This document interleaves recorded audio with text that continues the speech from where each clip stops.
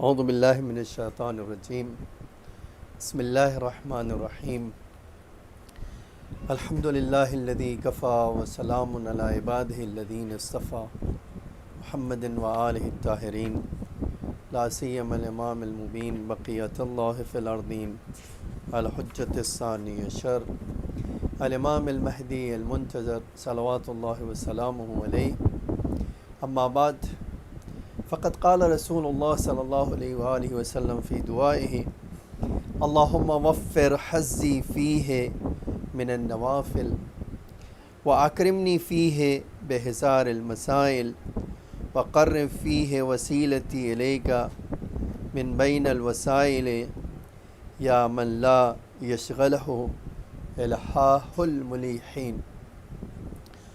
عزیزان گرامی، معزز سامعین، 28 ماہ مبارک کی روز کی یہ دعا ہے، 28 ماہ مبارک کے رمضان کی یہ دعا ہے، جس میں اللہ کا رسول ارشاد فرماتا ہے، اے اللہ آج کے دن میرا حصہ نافلے میں سے قرار دے۔ بلکہ نوافل جمع استعمال کیا ہے، بہت سارے نوافل میں اے اللہ میرا بھی حصہ قرار دے، میری بھی روزی قرار دے۔ وَأَكْرِمْنِي فِيهِ بِهِزَارِ الْمَسَائِلِ، اے اللہ مجھے عزت دے دے، مجھے شرف عطا کر دے۔ اے اللہ جو میں مانگوں، جو دعا کروں، اس کو دے کر مجھے عزت بخش دے۔ اور تیسرا جملہ ہے وَقَرِّبْ فِيهِ وَسِيلَتِي إِلَيْكَ مِن بَيْنِ الْوَسَائِلِ، اور اے اللہ تجھ سے نزدیک کرنے کا جو بھی وسیلہ ہے، اے اللہ ان وسائل سے مجھے نزدیک کر دے۔ یا من لا یشغلہ الہاہ الملیحین، اے وہ خدا جو ساری دنیا کے فریاد کرنے والوں کی فریاد سے بھی وہ اپنے کسی بندے کو مس نہیں کرتا ہے، اس کی فریاد کو خدا اپنی بارگاہ سے، یا خدا جو ہے کسی بھی بندے کی فریاد کو دوسرے فریاد کرنے والوں کے درمیان گم نہیں ہونے دیتا ہے۔ یہ آج کی اس دعا کا ترجمہ ہے۔ میں 2-3 جملے اس میں آپ کے سامنے وضاحت کرنا چاہتا ہوں۔ پہلا تو یہ ہے کہ نوافل، نافلہ کہتے ہیں ہر مستحب کو نافلہ کہا جاتا ہے، جو واجبات کے دائرے سے باہر ہو اس کو نافلہ کہا جاتا ہے۔ نافلہ یقیناً آپ کے اوپر، میرے اوپر، یا کسی بھی مسلمان کے اوپر فرض نہیں کیا گیا، یہ تو صرف اللہ کے رسول کے اوپر فرض کیا گیا تھا، اور کسی کے اوپر یہ نافلہ فرض نہیں کیا گیا۔ لیکن نافلہ حقیقت میں ایک ایسی عبادت ہے جس سے ایک بندے کا شوق خدا کی اطاعت میں ضرور پتہ چلتا ہے کہ میرے پاس کتنا اللہ کی اطاعت کا شوق ہے، کتنا، آپ الفاظ بدل کے کہہ سکتے کتنی محبت ہے مجھے اس کا قرب حاصل کرنے کے لیے۔ تو جتنی محبت ہوگی اتنا میں نوافل کی طرف جاؤں گا۔ الحمدللہ ہماری سوسائٹی میں، ہماری شیعہ معاشرے میں الحمدللہ رب العالمین ہمیشہ مستحبات کی طرف توجہ کی جاتی ہے، اس میں نو ڈاؤٹ۔ آج ہماری زندگی میں، آپ کی زندگی میں، شیعہ پوری قوم کے نگاہوں میں، قوم کے وہاں مستحبات پر، بلکہ آپ کہہ سکتے ہیں کہ واجبات سے زیادہ دھیان دیا جاتا ہے۔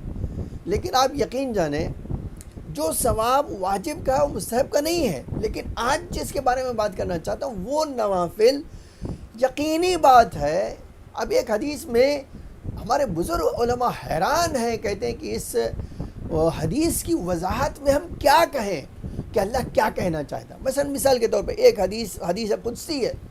حدیث قدسی میں اللہ تعالیٰ ارشاد فرماتا ہے لا یزال العبد یتقرب بالنوافل، مسلسل، پرماننٹ اللہ سے اس کا بندہ قریب ہوتا رہتا ہے۔ کیسے؟ نوافل کے ذریعے سے۔ اس کا مطلب یہ نہیں کہ واجب سے نزدیک نہیں ہوتا، نہیں، نوافل دیکھیے ایک ایکسٹرا چیز کا نام ہے، یہ ایکسٹرا پاور کا نام ہے، آپ کہہ سکتے ہیں۔ ورنہ یقیناً انسان واجب سے جو ہے اللہ کے قرب حاصل کرتا ہے، اللہ کی رضا حاصل کرتا ہے۔ لیکن یہ جو نوافل ہیں، آپ کہہ سکتے ہیں کہ 4 چاند لگا دیتے ہیں۔ کسی بھی عبادت کو 4 چاند لگانے میں نوافلہ کا بہت رول ہے۔ اب ہمارے وہاں بھی الحمدللہ نوافلہ پڑھی جاتی ہے، لیکن جس نافلے کی بڑی تاکید ہے وہ ابھی اس حدیث میں سن لیجئے، لا یزال العبد یتقرب بالنوافل، میرا مسلسل بندہ نافلے سے مجھ سے قریب ہوتا رہتا ہے، جہاں تک کہ آپ دیکھیے یہ جو تعبیر ہے حدیث کی، وہ حدیث کا سمجھنا آسان کام نہیں، لیکن آپ اللہ تعالیٰ دیکھیے ہر انسان کو ایک فہم دیا ہے، عقل دی ہے، سمجھ دی ہے، فکر دیا ہے، تو کچھ نہ کچھ تو نکلتا ہے۔ اب ایک سمندر جہاں ہو، اس سمندر میں انسان جو ہے غوطہ لگائے گا تو کچھ نہ کچھ تو حاصل ہوگا ہی اس کو۔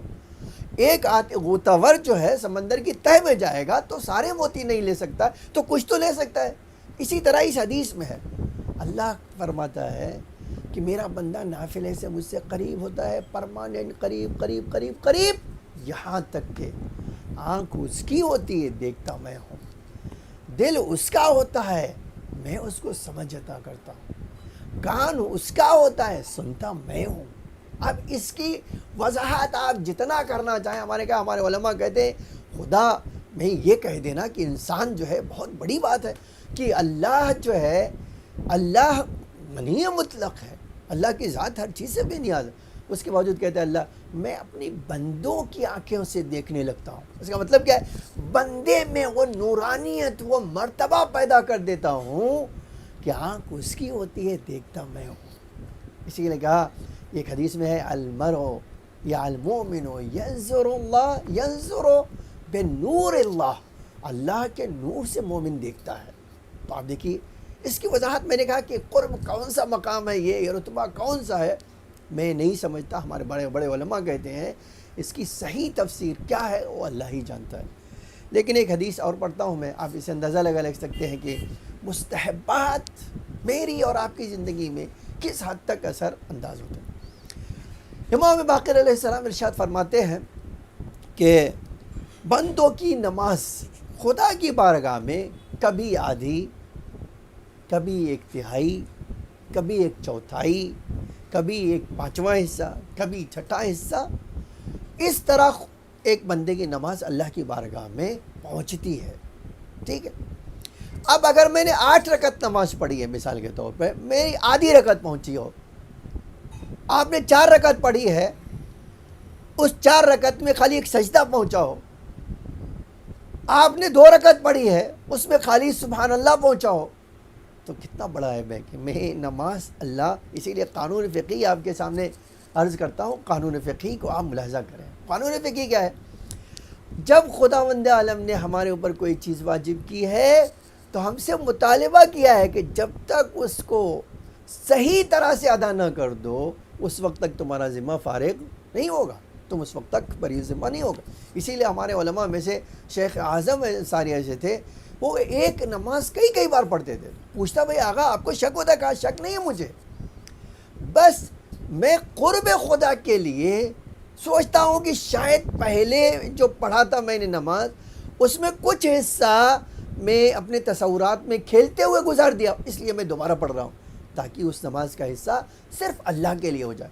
ہم وہ کام نہیں کرتے، آپ نہیں کرتے، ہمارے پاس شاید طاقت نہ ہو، ان کے پاس کتنا شوق تھا، کتنی لگن تھی، کتنا اللہ سے وہ نزدیک تھے کہ بار بار وہ نماز پڑھتے تھے۔ تو اب امام باقر علیہ السلام کیا فرما رہے ہیں؟ امام باقر فرماتے ہیں کبھی تمہاری نماز کا آدھا حصہ، کبھی تیسرا حصہ، کبھی چوتھا حصہ، کبھی 5واں حصہ اللہ کی بارگاہ میں پہنچتا ہے۔ اب اگر آپ کبھی پوچھیں کہ آدھی نماز اگر وہاں پہنچے گی تو پوچھا مولا ایسا کیوں ہے؟ خود امام نے جواب دیا، کہا تم جتنی نماز میں تمہارا دھیان جتنا نماز میں ہوگا، جتنا تمہارا دل حاضر ہوگا نماز میں، اتنا حصہ اللہ کی بارگاہ میں جائے گا۔ آپ جانتے ہیں، میں جانتا ہوں، میں اور آپ نماز پڑھتے ہیں تو اللہ اکبر کہتے ہیں، بیچ میں کبھی دھیان آیا پھر غائب ہو گئے، پھر دھیان آیا پھر غائب ہو گئے، یہاں تک کہ السلام علیکم ورحمۃ اللہ۔ اب یہ نماز کتنی جائے گی مجھے نہیں پتا، آپ کو بھی نہیں پتا، میں بھی نہیں جانتا ہوں، آپ بھی جانتے ہیں۔ ہاں ہم اینالائز کر سکتے ہیں کہ ہم نے کتنی نماز ایسی پڑھی ہوگی جو 100% 2 رکعت ہی صحیح 100% حضور قلب کے ساتھ پڑھی ہو اور وہ اللہ کی بارگاہ میں پہنچ جائے. یہ میں نہیں جانتا ہوں، آپ خود جانتے ہیں، میں اپنے اعمال، آپ اپنے اعمال، ساری دنیا اپنے اعمال کی ذمہ دار ہے.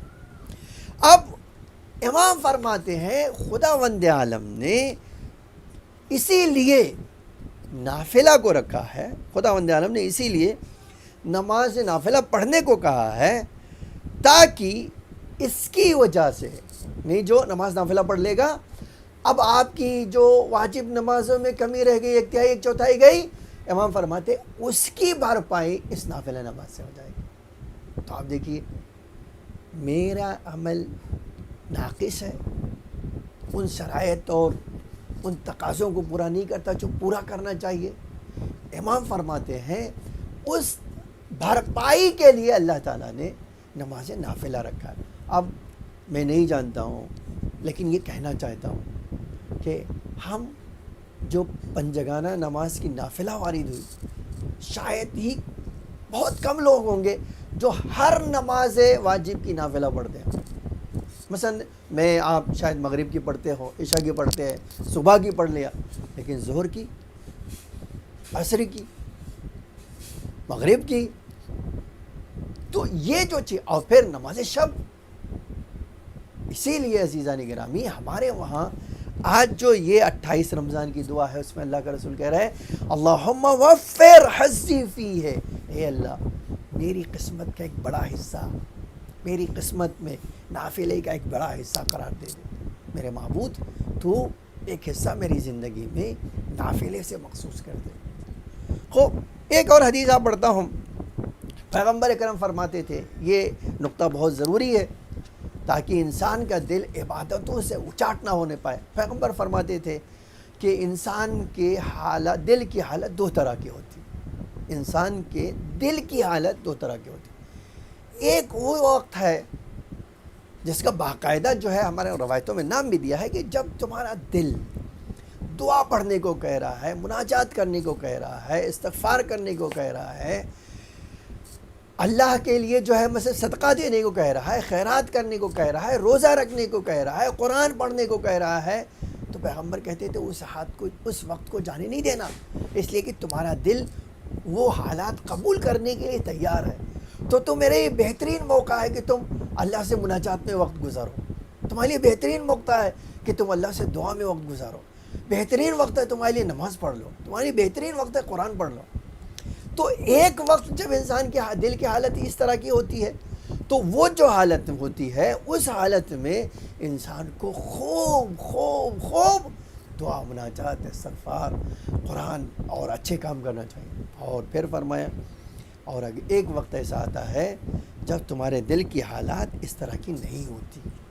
تمہارا دل ہرگز بیٹھنے کو دل نہیں کہتا، تمہارا دل نماز پڑھنے کو نہیں کہہ رہا ہے مستحب میں، تمہارا دل صدقہ دینے کو نہیں کہہ رہا ہے. تو اگرچہ جو ہے اگر تمہارا دل نہیں کہہ رہا ہے تو پیغمبر فرماتے ہیں تو اس وقت تم کیا کرنا، واجبات پر ہی اتفاق کرنا. اس لیے کہ ہمارا مثل بہت مشہور ہے، باندھے جو ہے بنیاں بازار نہیں لگتی ہے. زبردستی آپ اگر بیٹھے رہیں گے تو آپ کی شاید زبان چلے گی، آپ کا دل حاضر نہیں ہوگا، تو لقلقائی ہوگا زبان کا، توجہ نہیں حاصل ہو پائے گا، آپ کا دل نہیں لگے گا، آپ کا من نہیں لگے گا. جبکہ دعا پڑھتے وقت من لگنا چاہیے، دعا پڑھتے وقت آپ کا دل کھلا ہونا چاہیے، آپ کو شوق ہونا چاہیے، آپ اللہ سے مخاطب ہیں، ادب ہونا چاہیے. تو یہ ساری چیزیں کب ہوگی؟ جب آپ کا دل کھلا ہوا ہو. یہی ایک جملہ کہنا چاہتا ہوں، اللہ کی عظیم شان ہے یہ، کبھی کبھی اپنے بندوں کے دل کے دروازے اس طرح کھول دیتا ہے کہ جو دعا کرے وہ قبول کر لیتا. یہی نہیں 1-2 دعا کی بات نہیں، جو کہہ دے. ہاں بس وہ شرط یہی ہے کہ اس میں ان کی مصلحت ہونا چاہیے. اگر مصلحت نہیں ہے تو ہرگز جو ہے اس میں جو ہے اللہ قبول نہیں کرتا، بلکہ اس دعا کو تاخیر کر دیتا ہے. پہلی بات یہ جملہ. دوسری بات یہ ہے، دوسرا جملہ جو اللہ کے رسول کا اس دعا کا تھا، وَأَكْرِمْنِي فِيهِ بِهِزَارِ الْمَسَائِلِ، اے اللہ مجھے عزت دے دے. آپ کبھی سوچئے واقعی عزت ہے یا نہیں ہے.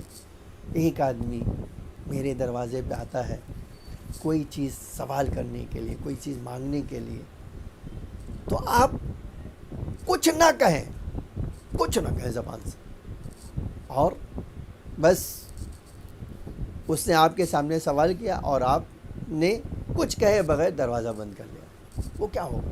آپ خود ہی بتا دیے وہ کیا ہوگا۔ بہت واضح ہے کہ آپ نے کچھ نہیں کہا ہے، لیکن اس نے سمجھ لیا ہے کہ آپ کیا کہنا چاہتے ہیں۔ آپ کیا سوچتے ہو؟ وہ آدمی جو آپ سے مانگنے آیا تھا وہ سوچے گا مجھے عزت دی ہے؟ نہیں میرے بھائی، دنیا میں کوئی آدمی نہیں سوچے گا اس نے میری عزت کا خیال نہیں رکھا۔ میں یہ عمر ہوں، میری داڑھی سفید، میں اتنا عمر ہوں، اتنے بچوں کا باپ ہوں، وہ اس کے باوجود میں اس کے وہاں گیا تھا اپنی عزت لے کر، اور اس نے میری عزت کا خیال نہیں رکھا۔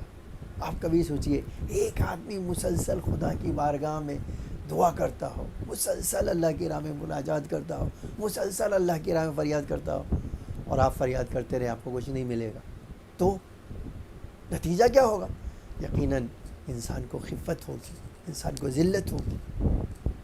اللہ کیا کہہ رہا ہے؟ جب اللہ کا رسول کہہ رہا ہے کہ اے اللہ میں تیرا ناقص بندہ ہوں، میں یہ نہیں کہتا ہوں میں تیرا عزت دار بندہ ہوں، لیکن اے اللہ جب کوئی چیز تجھ سے بار بار مانگ رہا ہوں، جب تیری بارگاہ میں کوئی حاجت لے کر حاضر ہوں، اے اللہ اگر تو مجھے لوٹا دے گا تو مجھے خفت محسوس ہوگی، ذلت محسوس ہوگی، اور یقیناً تیرے گھر سے ریجیکٹ کیا ہوا آدمی کو ذلت محسوس ہونا چاہیے۔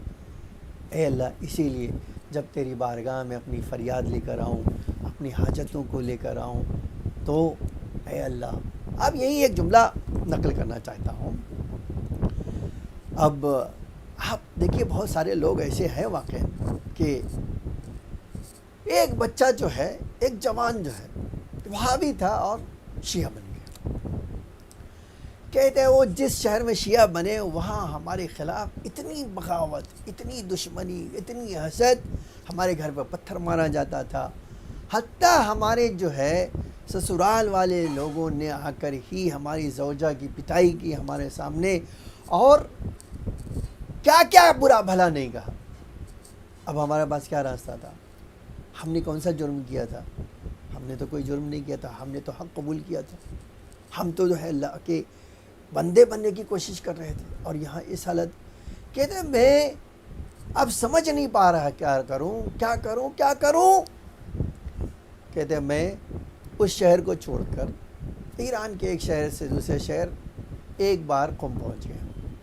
قم پہنچا تو بس کہا میں بیوی کے حرم میں پہلی بار گیا تھا، اور بیوی سے کہا بیوی اگر حق کے لیے، اہل بیت کے لیے میرے ساتھ یہ سلوک ہو رہا ہے تو بیوی میں کچھ مانگنے نہیں آیا ہوں، بس ایک چیز کی خواہش ہوں، میرے پاس خواہش ہے کہ میری نوکری کا ٹرانسفر کروا دو۔ کہتا میں اس کے پہلے درخواست دے چکا تھا ادارے کو، اور ادارے والے مجھے آفس والے ہنستے تھے کہ آج 2 سال ہوا جوائن ہوئے اور تم چاہتے ہو کہ تمہیں ٹرانسفر کر دیا جائے، 15 سال سے لوگ انتظار کریں ٹرانسفر نہیں ہو رہا۔ کہتے ہیں میں نے معصومہ سے کہا کہ بھی معصومہ میری سفارش کر دو، مجھے ٹرانسفر مل جائے۔ کہتے خدا کی قسم پتہ نہیں کس دل سے کہا تھا، بیوی نے سفارش فرمائی۔ ادھر حرم معصومہ سے نکل کر خیابان حرم میں جا رہا تھا، ایک آدمی نے آ کر سلام کیا، وعلیکم السلام، وعلیکم السلام۔ میں نے پوچھا اس نے کہاں سے تعلق؟ فلاں، تمہارا لہجہ تو فلاں جگہ سے تھا۔ ہاں، تو بھائی یہاں کیوں آئے ہو؟ تو کہا کہ میں آیا ہوں زیارت کرنے، یہاں سے گزر رہا تھا، اور یہ میں نے ماجرا سنایا، تو اسے کہا آؤ میں تمہیں ابھی ٹرانسفر دلوا دیتا ہوں۔ تو مجھے آفس میں لے گیا اور اس سے سارا ماجرا سے کہہ سنایا۔ اسی وقت اس آفس کے باس نے میرے ادارے میں فون کیا، تو میرے ادارے کے لوگوں کی سانسیں رک گئی۔ وہ آپ کہتے ہاں بالکل آپ فرما دیں، ارے آپ آج ہی ہمیں اس کو ٹرانسفر دیں گے۔ میں نے سوچا اے اللہ تو نے کتنی جلدی سے مجھے عزت دی، اس کو کہتے عزت۔ جہاں ٹھوکریں کھا رہا ہو انسان، کوئی سننے والا نہ ہو، وہاں ایک بار اللہ کی بارگاہ میں ہاتھ اٹھایا، اے اللہ تیرا یہ بندہ کمزور ہے، اس کو کوئی ہیلا سمجھ میں نہیں آتا، کوئی طریقہ سمجھ میں نہیں آتا کہ اے اللہ میں کیسے یہ کام کروں، لیکن اے میرے معبود اگر تو چاہے لے تو تیرے تیری طاقت میں تو ہر چیز ہے، تیرے لیے وسائل کی کمی نہیں ہے، وسائل ہمارے لیے کم ہے، لیکن اے میرے معبود تیرے لیے تو کوئی وسائل کی کمی نہیں۔ اے میرے معبود اگر تو چاہے تیری طرف سے انتظام ہو جائے تو پانی بھی پینا تیرے لیے، اے اللہ پانی پینا مشکل ہے ایک بندے کے لیے، لیکن تیرے لیے پانی ایجاد کرنا بہت آسان ہے۔ تو ایسی میں اس کو کہتے ہیں کہ اللہ عزت دیتا ہے۔ اللہ کے رسول کا وَأَكْرِمْنِي فِيهِ بِإِحْضَارِ الْمَسَائِلِ، اللہ میرے مسائل کو حل کر کے، میری حاجتوں کو پورا کر کے مجھے عزت بخش دے، مجھے اپنی بارگاہ میں قرب کا احساس دلوا دے۔ اس کے بعد تیسرا جملہ یہ ہے وَقَرِّبْ فِيهِ وَسِيلَتِي إِلَيْكَ مِن بَيْنِ الْوَسَائِلِ، اے اللہ وہ چیز جو تجھ سے نزدیک کر دے، بہت ساری چیزیں ہیں، بہت سارے وسیلے ہیں اے اللہ جس سے تیری نزدیکی، تیرا قرب انسان حاصل کر سکتا ہے، لیکن اے اللہ اگر تو ہی کوئی وسیلہ ایسا نزدیک کر دے جس سے مجھے تیرا قرب مل جائے تو کتنا اچھا ہوگا۔ آپ دعا بھی کیسے ہی دیکھیے، واقعی اللہ کے رسول کے یہ جملہ کہ اللہ اگر تو ہی کوئی ایسا وسیلہ دے دے جس سے میں تیرا قرب حاصل کر سکوں تو اے اللہ اس سے بڑھ کر کیا ہو سکتا ہے، اس سے بہتر کیا ہو سکتا ہے۔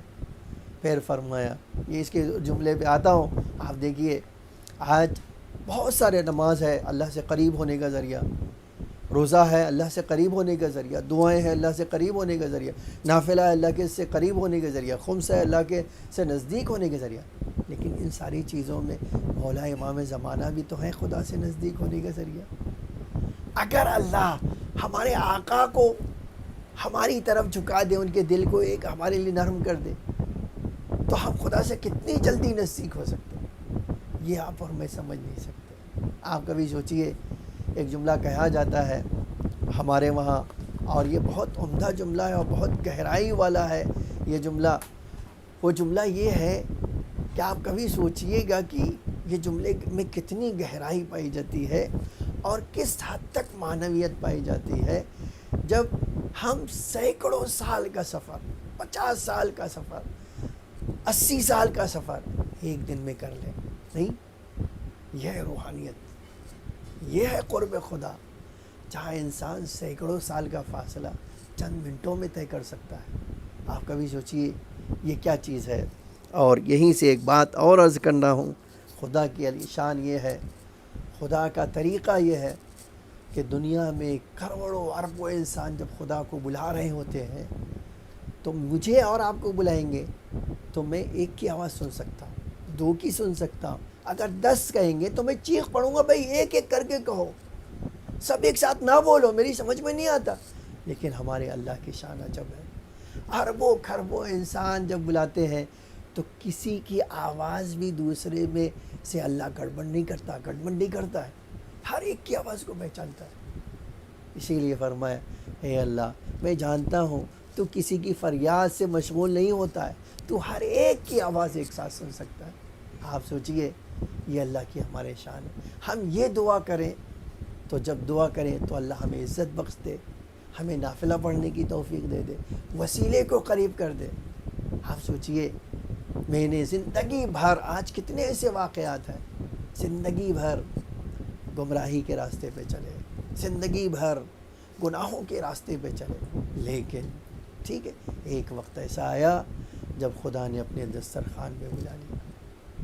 آپ سوچئے، آپ بھی سوچئے، میں بھی سوچتا ہوں، ہر انسان کو سوچنا چاہیے کہ ہماری زندگی کا کتنا بڑا دن وہ ہوگا، ہو سکتا ہے جب ہم کہیں اور جا رہے ہوں اور خدا اچانک اپنے دسترخوان میں ہمیں بلا لے۔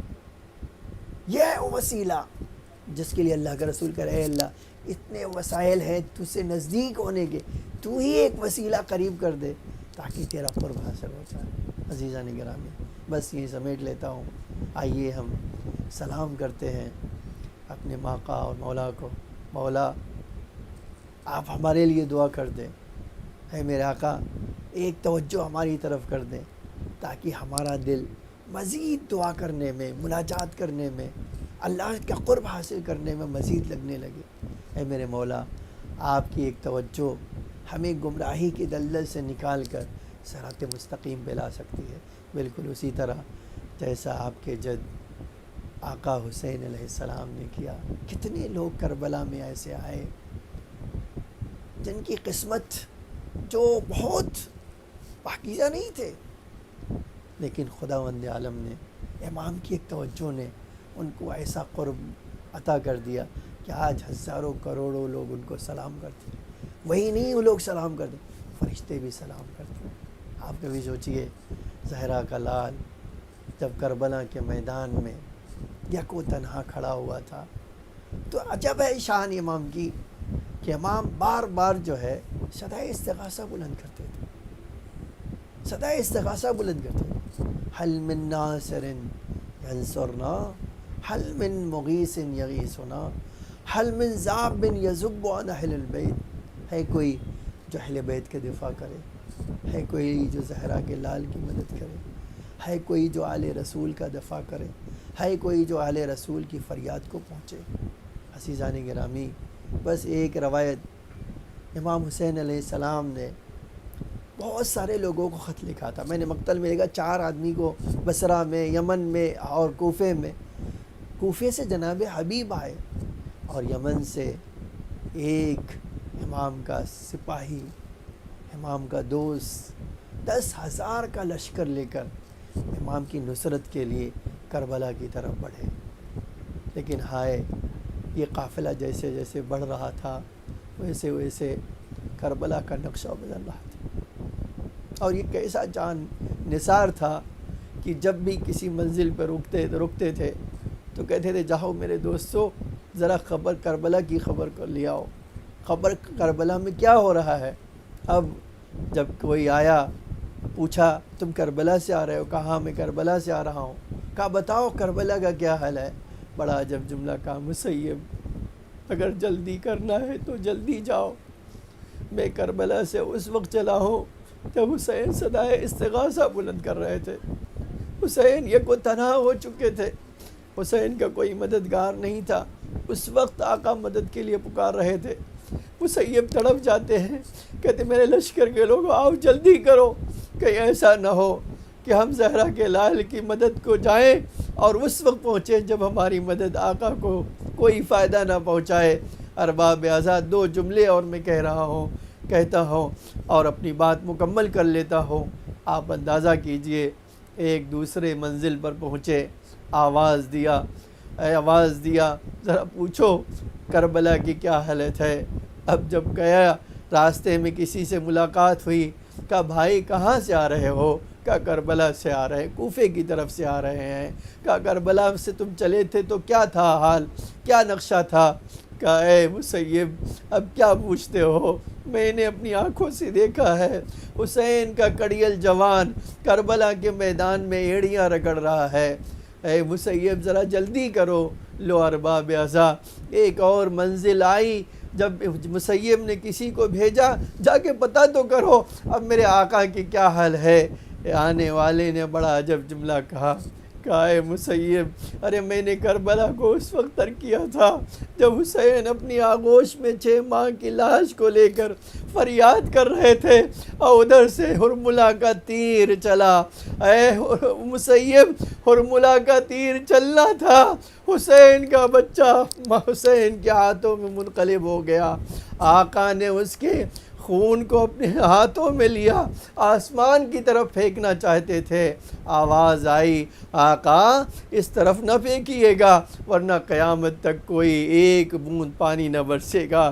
زمین کی طرف پھینکنا چاہا، زمین کی آواز آئی آقا ہماری طرف اس خون ناحق کا ایک قطرہ نہ آئے. ارباب اعضا، حسین نے وہ خون اپنے چہرے پہ ملا اور ایک جملہ فرماتے تھے میں اسی طرح اپنے نانا سے ملاقات کروں گا. لو ارباب اعضا ایک جملہ اور سن لو اور میں نے مکمل کر لیا اپنی بات. وہ جملہ یہ ہے، امام کربلا میں کبھی آگے بڑھتے تھے کبھی پیچھے ہٹتے تھے. ایک وقت ایسا آیا در خیمے پہ آواز دی اے رباب اپنے بچے کو لے جاؤ. ادھر یہ جملہ سننا تھا، بی بی سکینہ دوڑ کر آ گئی. ارے خیمے پہ پوچھا بابا، ارے میں بھیا کو پانی پلا لائے، میں تو پیاسی رہ گئی. امام نے زبان سے کچھ نہ کہا، ابا کا دامن پلٹا، ہائے اللہ اللہ کسی کی ماں کو اس طرح کا درد نہ دکھائے، اس طرح کے حالات سے سروکار نہ کرے۔ حسین نے یہ ابا کا دامن پلٹا، رباب نے جب دیکھا ایک ماں تڑپ گئی، ہائے میرے لال، ارے مجھے پتہ نہیں تھا کہ تیرے جیسے بے شیر کے ساتھ یہ سلوک کیا جاتا ہے۔ الا لعنۃ اللہ علی القوم الظالمین، سیعلم الذین ظلموا ای منقلب ینقلبون۔ الہی بحق زہرا و ابیہا و بالہا و بنیہا و سر المستودع فیہا بعدد ما احاط بہ علمک۔ اے اللہ ہمارے اس مختصر سی عبادت کو قبول فرما۔ اے اللہ تجھے محمد اور آل محمد کا واسطہ، جو مومنین پریشان حال ہے ان کی پریشانیوں کو دور فرما۔ اے میرے معبود، اے اللہ ہم حاجت مند ہیں، ہماری حاجتوں کو قبول فرما۔ مومنین جو اس دنیا سے گزر چکے ہیں ان کی مغفرت فرما۔ آقا امام زمانہ علیہ السلام کے ظہور میں تعجیل فرما۔ اے اللہ شیعان علی پر اپنا لطف و کرم نازل فرما۔ میرے معبود، جو مومنین مریض ہیں انہیں شفائے عاجل و کامل عطا فرما، جو دنیا سے گزر چکے ہیں ان کی مغفرت فرما۔ ہمارے آقا کے ظہور میں تعجیل فرما، زمین کو آقا کے ظہور کے لیے آمادہ فرما، ہم سب کو آقا کے حقیقی غلاموں میں شمار فرما۔ ہماری اموات پر اپنی رحمت و مغفرت نازل فرما، ان کے درجات کو بلند سے بلندتر فرما، انہیں جوار ائمہ میں جگہ عطا فرما۔ اے اللہ مجاہدین اسلام کو کامیابی و کامرانی عطا فرما۔ اے اللہ ہم سب کے رزق حلال میں برکت عطا فرما۔ میرے معبود، تجھے محمد و آل محمد کا واسطہ اس دنیا میں محبت اہل بیت اور آخرت میں شفاعت اہل بیت نصیب فرما۔ ربنا تقبل منا انک انت السمیع العلیم۔